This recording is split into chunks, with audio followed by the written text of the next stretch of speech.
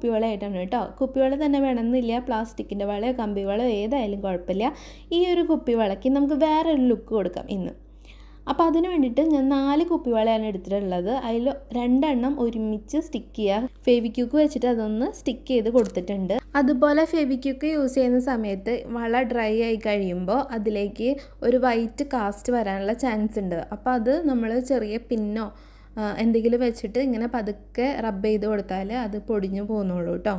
അങ്ങനെ ഞാൻ സ്റ്റിക്ക് ചെയ്യാൻ വേണ്ടിയിട്ട് മാറ്റി വെച്ചിട്ടുണ്ട്. ഇനി നമുക്ക് വേണ്ടത് സറി ത്രെഡാണ് കേട്ടോ. ഗോൾഡൻ കളർ സറി ത്രെഡാണ് ഞാൻ എടുത്തിട്ടുള്ളത്. ഇനി ഇതന്നെ വേണമെന്നില്ല, ഗോൾഡൻ കളറിൽ അവൈലബിൾ ആയിട്ടുള്ള ഏത് ത്രെഡ് വേണമെങ്കിലും എടുക്കാം. അല്ല, ഗോൾഡൻ കളർ തന്നെ വേണമെന്നില്ല, ഏത് കളറായാലും യൂസ് ചെയ്യാം കേട്ടോ. ഞാനിപ്പോൾ ഈ ഒരു ഗോൾഡൻ ബ്ലൂ കളർ ഷെയ്ഡ്സ് കിട്ടാൻ വേണ്ടിയിട്ടാണ് ഈ ഒരു വർക്ക് ചെയ്യുന്നത്. അപ്പോൾ ഈ ഗോൾഡൻ ത്രെഡ് എടുത്തതിന് ശേഷം ഇങ്ങനെ ഒരു ബുക്കോ നല്ല തിക്കായിട്ടുള്ള ബുക്കോ കട്ടിംഗ് ബോർഡോ ഒക്കെ എടുക്കുക. നല്ല നീളം വേണം, നീളം കുറയരുത്. നീളം കുറഞ്ഞു കഴിഞ്ഞാൽ നമുക്ക് ഇടയ്ക്ക് വെച്ച് തീർന്നു പോകുമ്പോൾ കെട്ടിട്ട് കൊടുക്കേണ്ടി വരും. അപ്പോൾ ചെറിയൊരു ഫിനിഷിങ് കുറവ് ഉണ്ടാവുന്നേ ഉള്ളൂ, എന്നാലും നമുക്ക് കെട്ടിട്ട് കൊടുത്തിട്ട് അത് നന്നായി ഗ്ലൂ ചെയ്തിട്ട് എടുക്കാനായിട്ട് പറ്റും കേട്ടോ. അപ്പോൾ ഈ ഒരു ത്രെഡ് എടുത്തിട്ട് ഈ ഒരു ഡ്രോയിങ് ബുക്കിൻ്റെ മുകളിലായിട്ട് കുറേ വട്ടത്തിൽ ചുറ്റിയെടുക്കാം. ഓക്കെ, ഞാനൊരു 20 ടൈംസ് ചുറ്റി എടുക്കുന്നുണ്ട്. അതിൻ്റെ ഒരറ്റം കട്ട് ചെയ്തിട്ട് അവിടെ നന്നായി സ്ട്രോങ് ആയി പിടിച്ചിട്ട് ഗ്ലൂ ചെയ്ത് കൊടുക്കുക, അല്ലെങ്കിൽ നന്നായി കെട്ടി കൊടുക്കാം. ഞാനിപ്പോൾ അതൊന്ന് ടൈറ്റായിട്ട് കെട്ടി കൊടുക്കുന്നുണ്ട്. അതിനുശേഷം ഗ്ലൂ വെച്ചിട്ട് ഇത് ഈ വളയുടെ ബാക്ക് സൈഡിലായിട്ട് ഒന്ന് ഒട്ടിച്ചു കൊടുക്കുന്നുണ്ട്.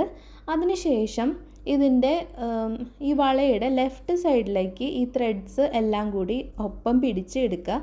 അതിനുശേഷം അതിനെ ഒരു ഫിംഗർ വെച്ചിട്ട് വലിച്ചു പിടിച്ചതിന് ശേഷം അതിൻ്റെ തുമ്പ് വളയുടെ ഇപ്പുറത്തെ സൈഡിലേക്ക് എടുക്കുക. എന്നിട്ട് തുമ്പ് എടുത്തിട്ട് നേരത്തെ ഫോം ചെയ്തിട്ടുള്ള വിരൽ വെച്ചിട്ട് നമ്മൾ ഫോം ചെയ്ത് വെച്ചിട്ടുള്ള ആ ലൂപ്പിനകത്ത് കൂടെ എടുത്തിട്ട് പുറത്തേക്ക് വലിച്ചു കൊടുക്കുക. വലിച്ച് ടൈറ്റ് ചെയ്ത് കൊടുക്കുക കേട്ടോ, ആദ്യത്തെ ലൂപ്പ്.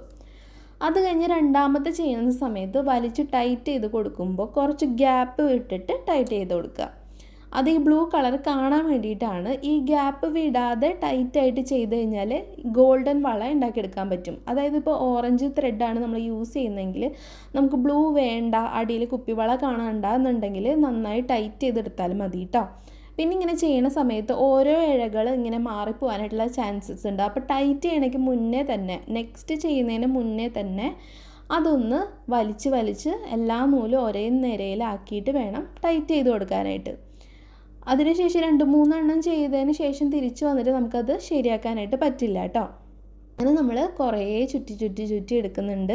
ഇങ്ങനെയാണ് നമ്മുടെ വളയുടെ ഒരു ലുക്ക് വരുന്നത്. അത് കഴിഞ്ഞിട്ട് കഴിയാറാകുമ്പോഴത്തേക്കും ഒരു 1/4 ഭാഗത്തിനേക്കാളും കുറവാകുമ്പോഴേക്കും നമുക്ക് ബാക്കിയുള്ള ത്രെഡ് എടുത്തിട്ട് ജസ്റ്റ് ചുറ്റി കൊടുക്കുക. വെറുതെ ചുറ്റി കൊടുക്കുക, ലോക്ക് ചെയ്യാതെ തന്നെ ചുറ്റി കൊടുക്കുക.